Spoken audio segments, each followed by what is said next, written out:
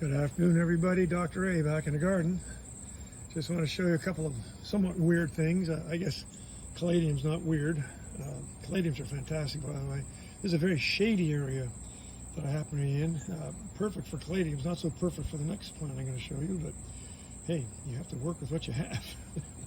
So anyway, but the caladiums are lovely.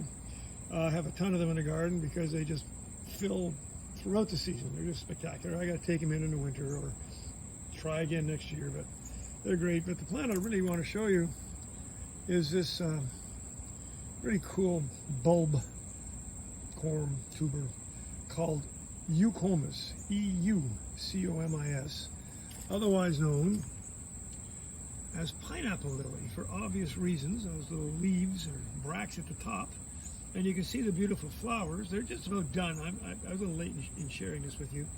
But, and also because it's so shady, they tend to get somewhat, they're not as strong as they should be, which is why I have those little rings around them to keep them up.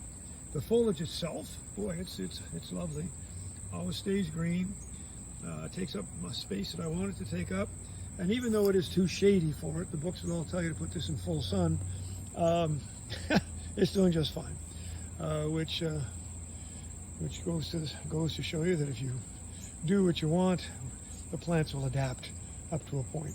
I'm sure they'd be better if it was in full sun, but it's pretty cool. Anyway, just another little cool plant to share with you.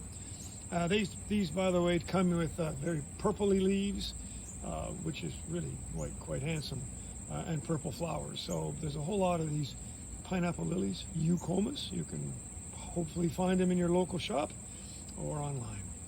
This is Dr. A in the garden. See you down the garden path. All the best. Bye-bye.